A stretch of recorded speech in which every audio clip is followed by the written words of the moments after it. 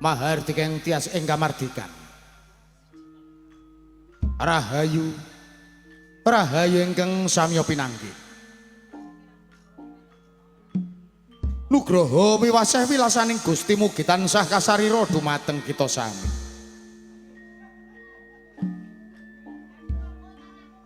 Ngaturi sugeng dalu. Sarta sugeng pepanggihan kalian kula warga ageng. Sandiwara Ketoprak Wahyu Manggala ingkang dipun pimpin janipun Bapak Mogol kanthi alamat Desa Tanjung Sari Kecamatan Jakenan Kabupaten Pati Bumi Minatani.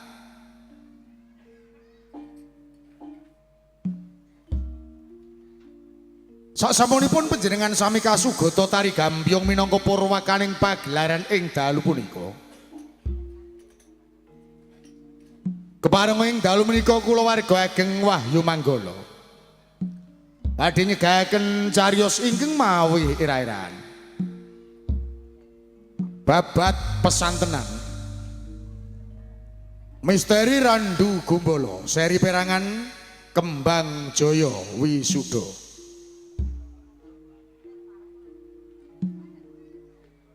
Dalang sarta pendapuk katindakan Roko Mas Anom Suharyanto. Dewan Sutradara dipun tindakan Roko Mas Aji Soko.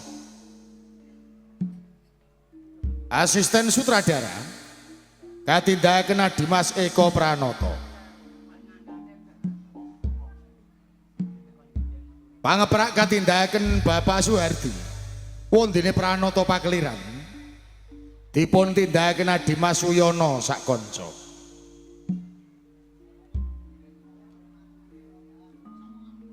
Tata dekorasi dipun tindakaken Bapak Samuel Sutarto. Teknis tata lampu katindakaken Dimas Budiono Batak. Lighting katindakaken Dimas Ladu Aldiansah. Wondene Pangrengga Busana. Katindakan Dimas Agus Wijanarko.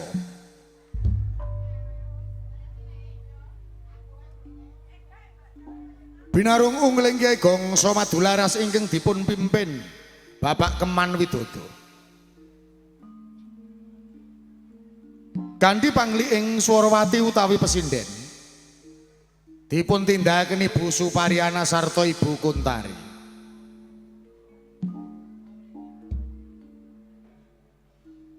Pranoto gending katindakan Dimas Hadi Prayitno. Wondene Wiraswara dipun tindakaken Bapak Miranda saha Dimas Bagus Edi Mahesa. Musik campursari katindakan Dimas Ari Semprul. Roko Mas Edi Watono sarta Dimas Udin Galdowo.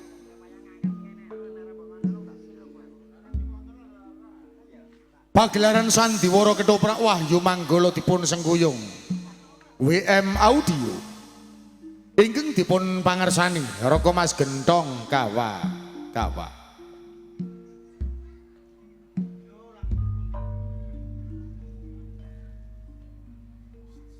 Wiwontene para paraga ingkang badhe maragani cariyos ing dalu punika.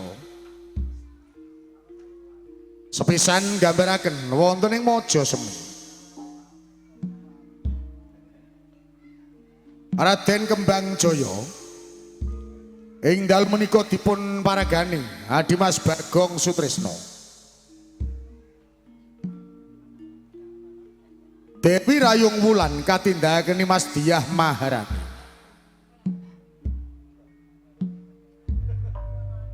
Dalang sapa nyono kaparagane Raka Mas Imam Sarjono.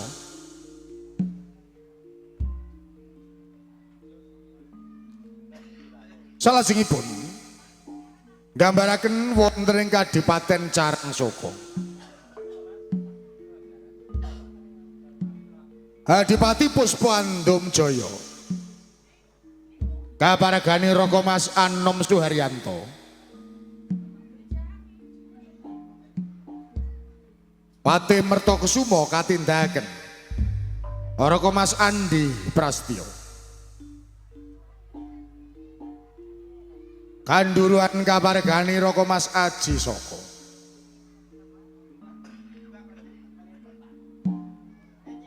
Adipati Parang Garuda Gurdopati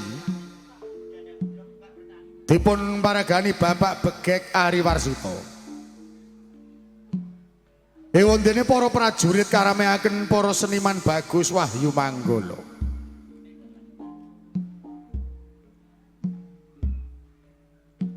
Tekan salajengipun gambaraken wonten ing Desa Klaling. Empu Sumali ing dalu menika katindakaken Raka Mas Dedek Wibisana.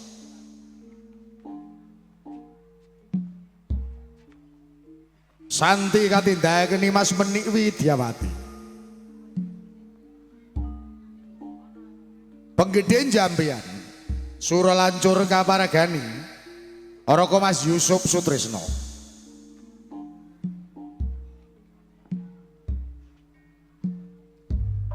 Empu Suwarno katindakaken Adimas Abi Rojali. Empu Bakri katindakaken Adimas Eko Pranoto.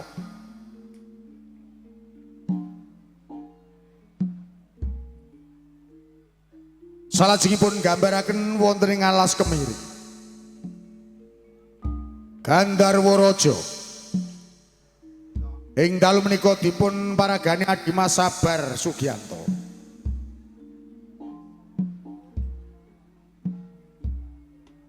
Kelabang geni katindakaken Dimas Kipli Santoso. Macan Loreng katindakaken Dimas Riko Saputra. Dadung Iwi katindakaken Mas Puput Jarmiati. Selendang Wungu kaparagani Nimas Uut Sutriana. Wondene Dewi Mayang katindakaken Nimas Tata Wulandari. Repat utawi dagelan ingkang badhe nglipur manah panjenengan sami katindakaken dening Cak Sendor, Cak Sariman, Adimas Rokim sarta Bapak Mogol. Mban katindakaken siji arum somplak kabiyantu siswa endah kalola. Mekaten kula wau para kadang budaya Sutrisno menggah para paraga ingkang badhe maragani cariyos ing dalu punika. Ita sagutrah kula warga ageng Wahyu Manggala hanamung ngaturi sugeng lenggah sarta sugeng hamriksani ngantos titi purnaning pagelaran. Nuwun nuwun.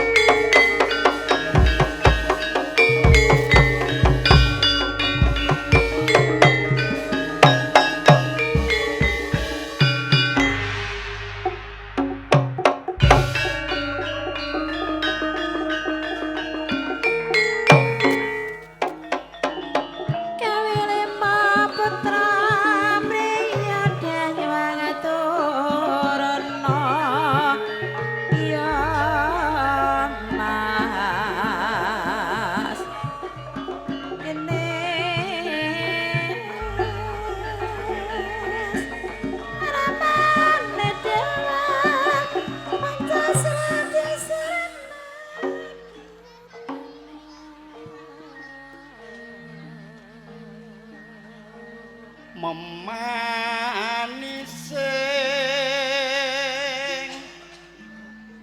manungsa sejati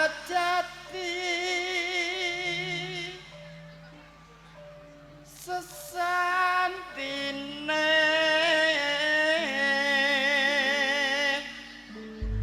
mring laku utama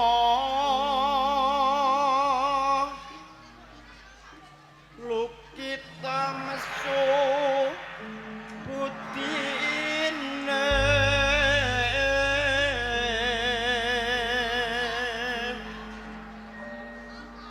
marui awalan nafsu mreh sampurna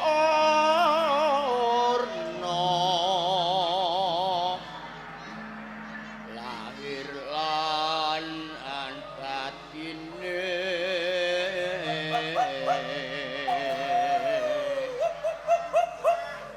kandi atapa brata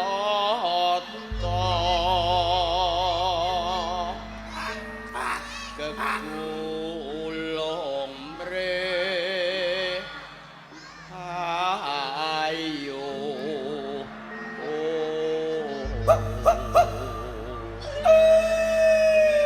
ayo ningrat sak isine rumantine rerakit habuti pekerti tatut kantine jalmo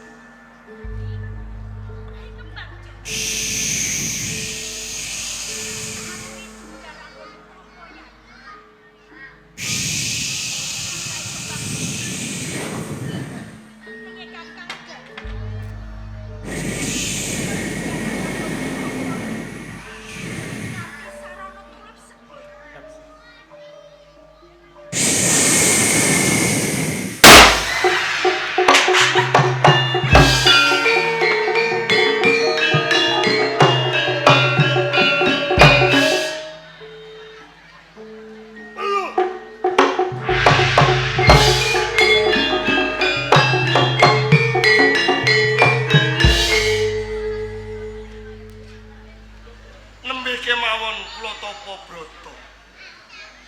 Kabuka netra kula sak temah wonten panjenengan. Tratapan raosing batos kula. Kula mboten badhe selak. Kula tresna dumateng panjenengan Gusmaning Ayu. Semanten ugi kalian kula Kang Mas Kembang Jaya. Kula ugi tresna lair terus sing batin kalian panjenengan. Tresna dumateng kula. Matur suwun sanget. Mbok bilih panjenengan sampun kersa ngimbangi dumateng tresna kula Gusmaning Ayu. Boten saged kula serak. Estunipun ageng tresna kula Kang tumantuk kalian panjenengan. Lair batin kula tresna kalian panjenengan Kang Mas Kembang Jaya. Kula dherekaken sesarengan dumateng kula lelomban wonten ing samudraning asmara nitih baeta nempuh bebrayan kang luhur. Gusmaning Ayu, Kados pundi Kang Mas Kembang Jaya. Gusmaning Ayu rayong wulang kapara caket.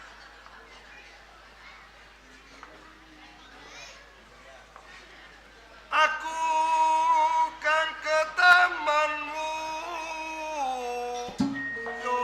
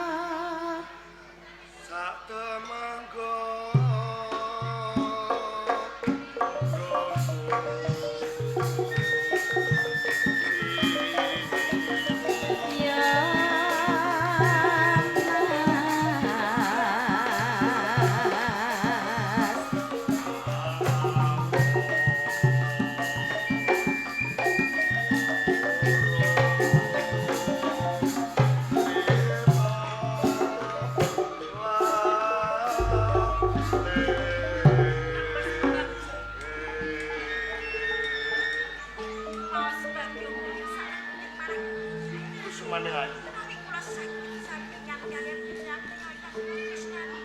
Dewa kosok wangsulipun. Kula suwun kanthi sanget. Ampun bebidung dumateng raos Kembang Jaya.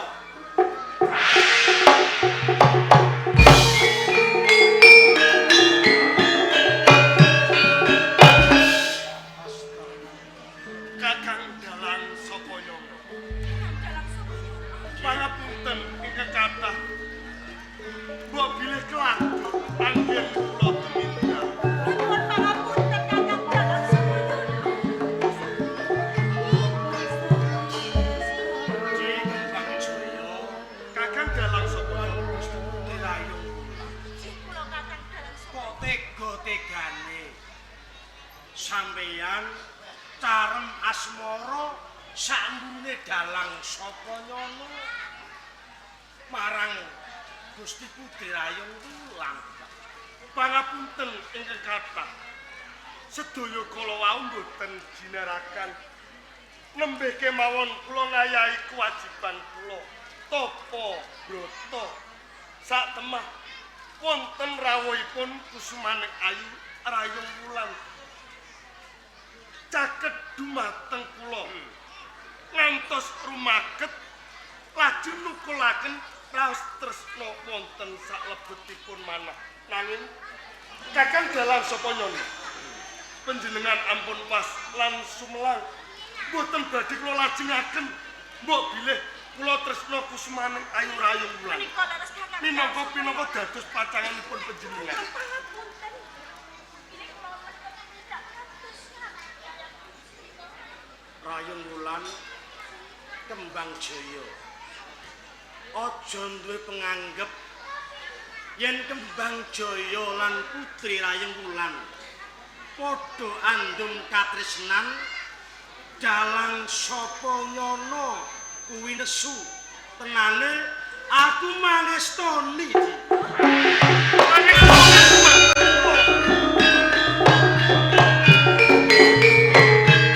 Napa mboten lepat anggen kula midhangetaken pangandikanipun panjenengan Kakang Ji Kembang Jaya pun kakang kuwi saliyane dalang wayang uga dalang kahanan.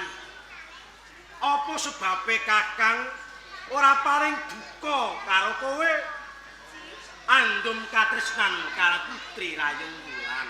Merga pun kakang kuwi ndekarep lan sedya nengkarake turun Majapahit ana ing Pulo Jawa sisih lor kalebu ning Majasemi, Carangsaka lan sakiwa tengene.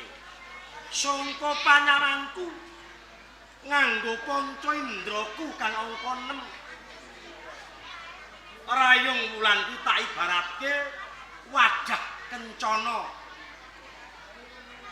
kang bakal nukulke ratu ning tanah Jawa.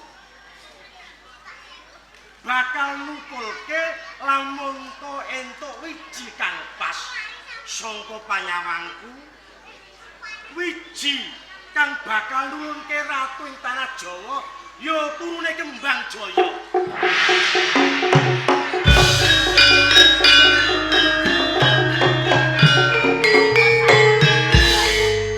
Ya boten sirek ing manahipun kapura malilayang yen kula sambungan tresna kaliyan Kangmas Kembang Jaya. Kabedel dodo kula paribasanipun lati lan ati kula jumbuh Gusti.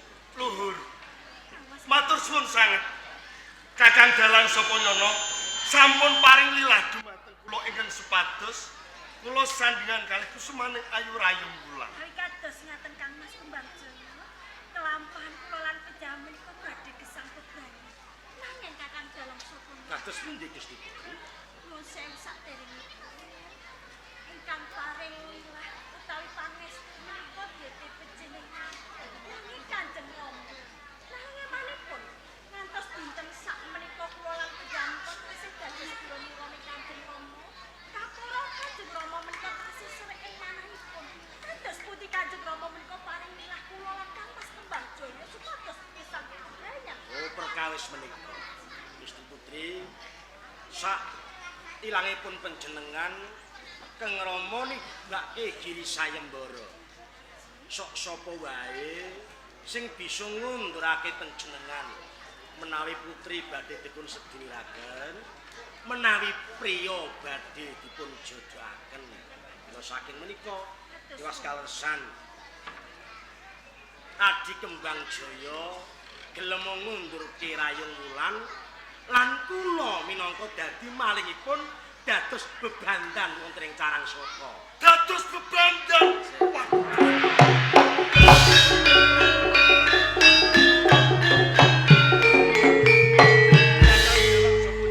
Kembang Jaya kepiye? Panjenengan boten kadang kula nanging ageng sanget anggir panjenengan tresna dumateng kula. Si menika leres Kakang Dalang. Di Kembang Jaya.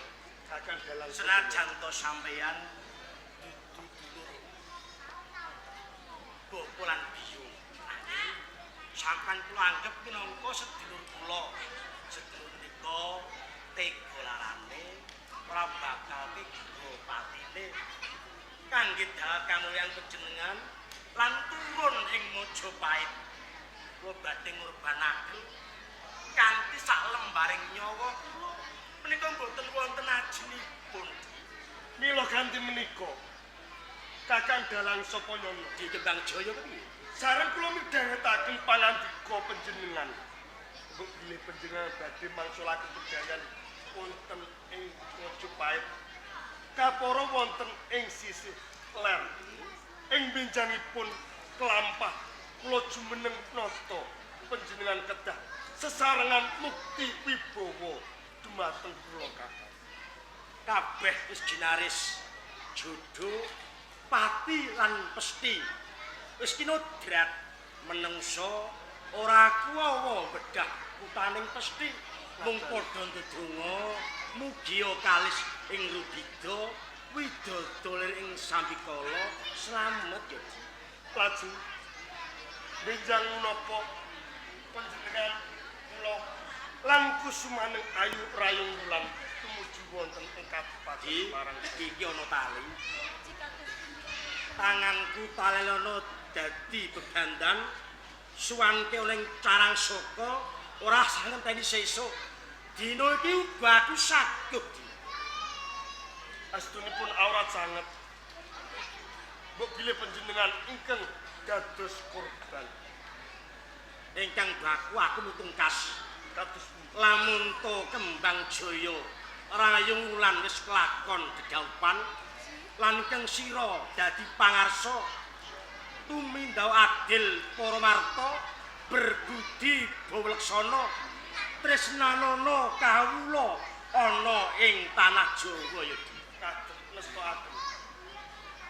Pangapunten ingkang kathah. ya rakyat.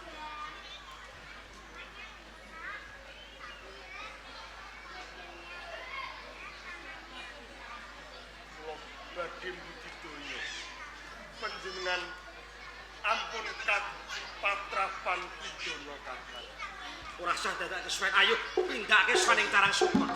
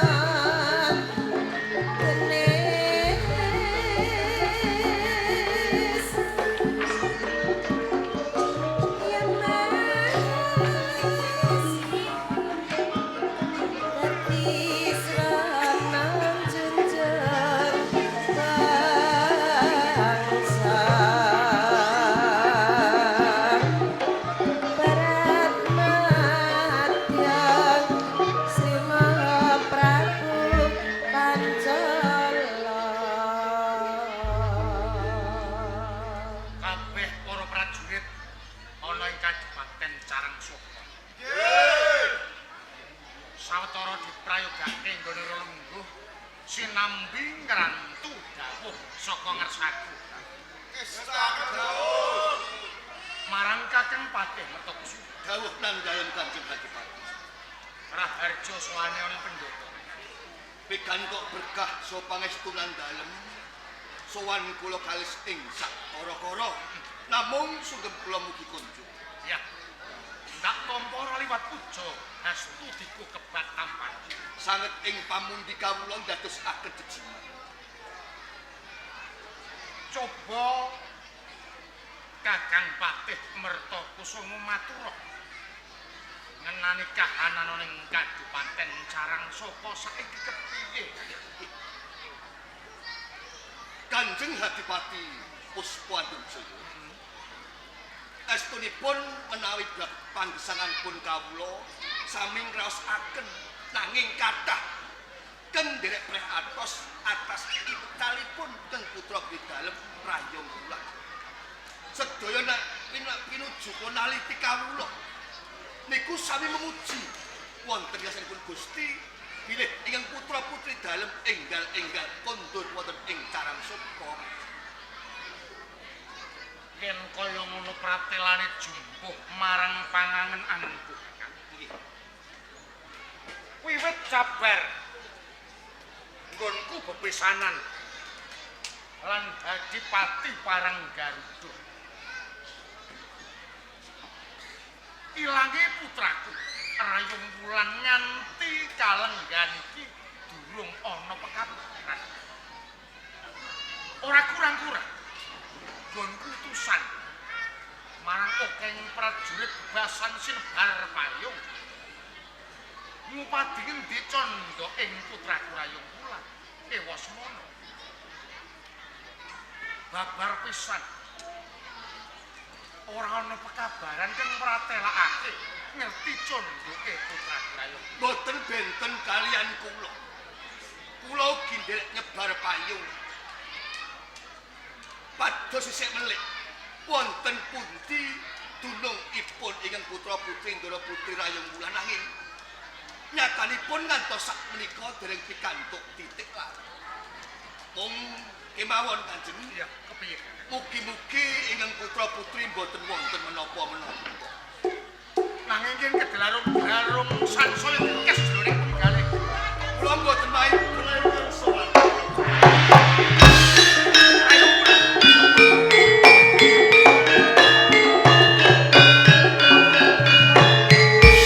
Sira kondur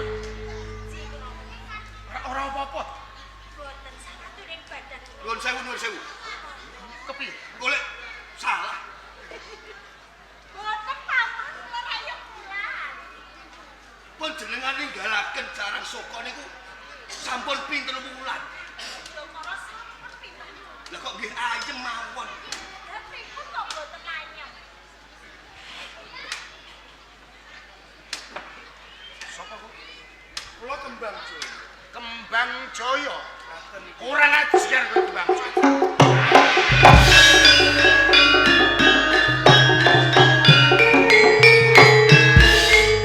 Menawi panjenengan paring pitutur dumateng kula. Kula niki kepengin ngertos napa dosa kaluputan kula. Kowe bisa bebarengan lan putraku Rayong Wulan.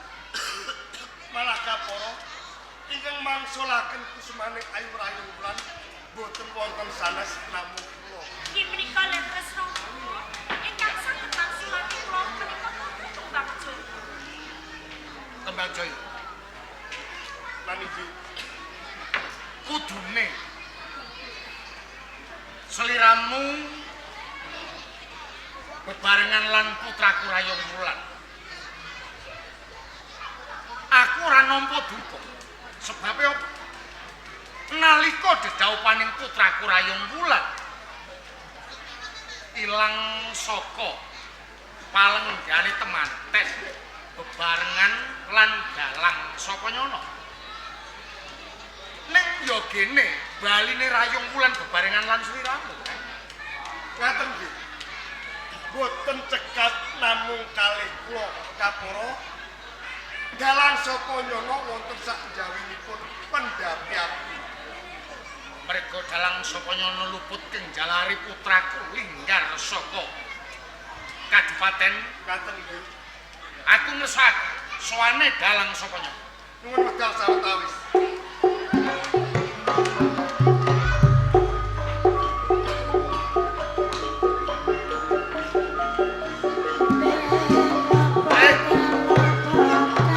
Iki dalang saka nyono sing wis wani nggo minggat putraku Rayu. Ranjap kekawan baten.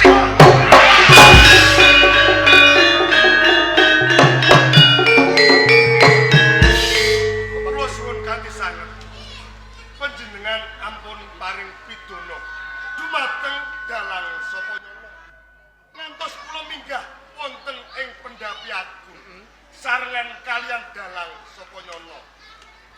Kula pinangka dados tanggung jawab sawetahipun mbok bilih panjenengan boten badhe paring pidana dumateng dalang sapa nyono. Sira wani tanggung jawab keselamatane dalang sapa nyono. Ngaten. Kebanjur sing darbe panguwasa ring Kadipaten Carangsaka iki panjenenganku dudu sliramu. Kok lancang temen. Kowe sabela marang wong sing luput. Seret nyawamu.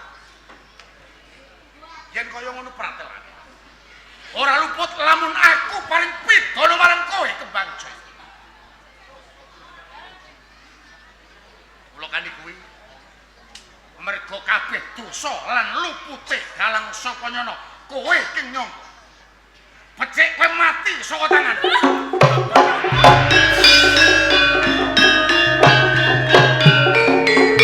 Ayo Wulan Kanthi sanget Romo. ana apa Jaman kula pun berjaya kalian bakal Kembang Jaya. sebab apa sira dadi pepalang nggonku bakal merjaya Kembang Jaya. Menjamin kau badhe menjadi kakang Kembang Jaya. Muga menjamin jaya kalian kula kemawon Romo. Rayo Wulan sira putrane Rama sira ora luput. Kenapa kula ngantos matur kados kakang kalian panjenengan Romo.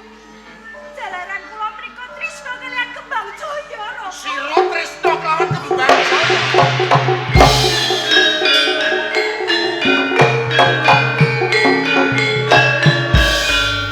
Sewu Kanjeng Adipati nalika wonten ing Paranggoda temanten kula ingkang nyolong cetha menawi kula ingkang lepat Iya, nanging saderengipun penjan paring pidana kalian kula badhe matur menapa sebab panancas kula nidra marang temanten. coba matur. Sasampun kula semedi madhep ing asamun ndedonga marang kanugrahaning Jawata. Kula pikantuk wangsit lan gegambaran.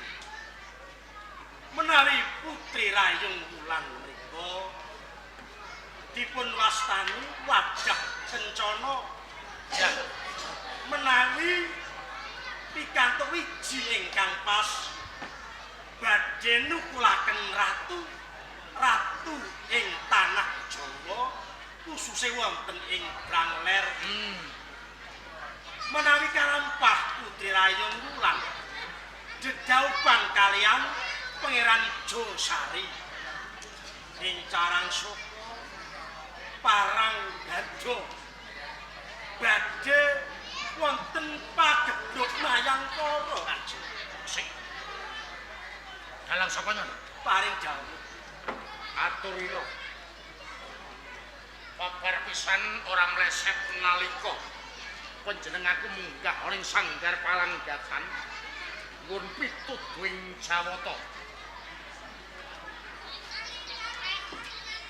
Nalika putraku Rayung Wulan bakal dhaup lan minak Josari saka Paranggoda.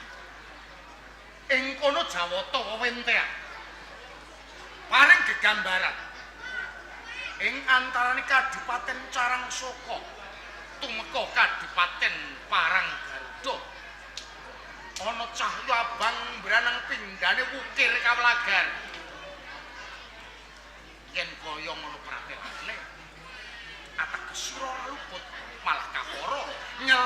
nindakake Kadipaten Carang Soko.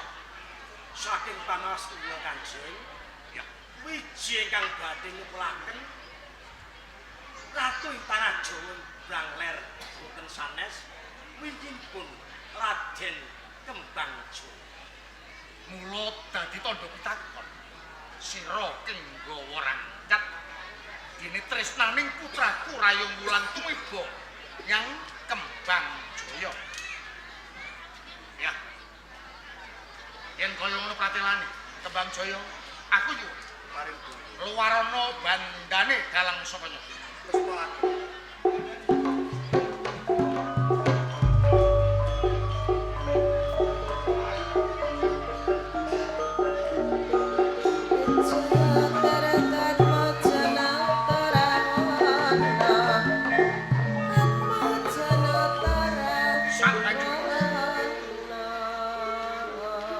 Gandeng putraku Rayung Wulan tresna lan sliramu. Semono uga sira uga tresna lan Rayung Wulan. Kanthi kuwi panjenenganku lila lamun Rayung Wulan tok pundhut garwa. matur suwun sanget. Kula kanthi kuwi Kakang Patih Mertakusuma Dawuh dalem. mangko rampung pisanan iki biwarake marang kabeh para kawula ing Carang Soko. Yen to putri Rayung Wulan bakal kadhaup dening Raden Kembang Jaya. Ngestokaken dawuh Kandiku Bang Jaya paniki kula Kanjeng Adipati. panjenenganku minangka wong tuwa.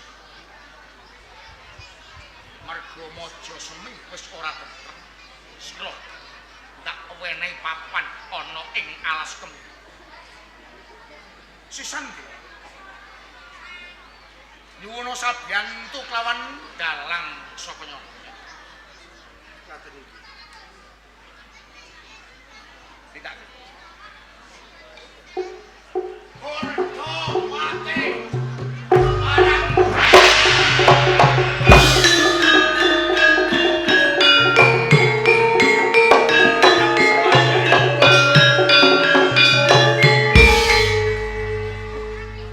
Adipati Gundawati.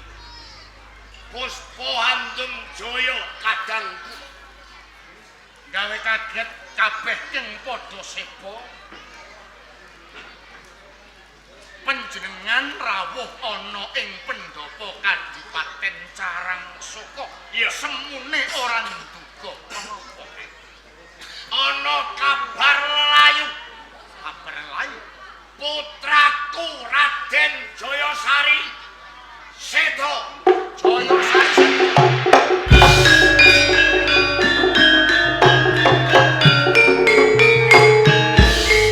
nganti saiki keparat dalange sapa nyono anakmu Rayung Wulan durung digawa ning Parang Garuda kang saka kuwi nempuh marang panjenengan aku njaluk kang supaya ditudhake lan digledah sarta digoleki. Monggo dhisik. Lur, ya. Ndadekake kawruhanan sampeyan. Ya. Rayung Wulan wis kondur ana ing Kadipaten Carang Soko. Iya. Malah kapara. Tresnane ora marang dalang sapa nyono nanging kelawan Raden Kembang Jaya. Lho. Sapa nyono Rayung Wulan?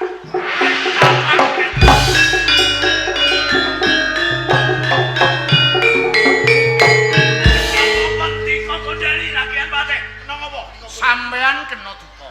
Sampeyan entuk nesu. Nanging yen biyen nalika dalang sapa nyono nggawa rangkat temanten. Nanging iki dina beda cerita. Tembung bebesanan dikolan aku dipedhot ora dibanjurake. Gene apa kudu dibacotake? Mergo tresnane putraku Rayung Wulan tumiba nyang Kembang Jaya dudu nyang Minak Jaya nanging putraku mati mergo patrape dalang sapa nyono rayung bulan sing saiki ana cantuk lawunge wong maja semi adine Sukmayana. Jodoh rejeki pati kabeh Jawata sing nemtokake. Dudu panjenengan lan aku. Mula kandiku ya anggepen perkara iki wis rampung. Wis rampung kanggone kowe. Saumpama tak bacutake piye Puspandum Jaya? Yen bacut ateges arep ngajak geger wong-wong ing Carangsuk. Pedhot kali Silugangga. Wong saka ing Parang Garuda mungsuhe Carangsaka.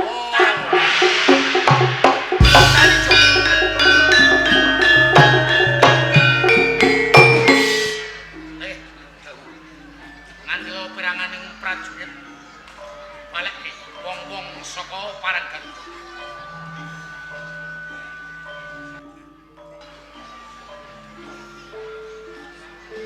Bapak Jaya, mari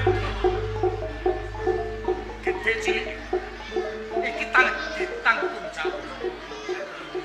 Tentrem lan orang gak borongake Parang Garuda. Mulai kemarin bani sampeyan kalian enak dari tukang sumpah. Nyuwun pamit tambahing pangestu. Sing ati-ati.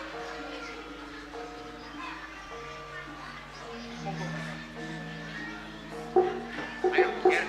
Papan ning daleman.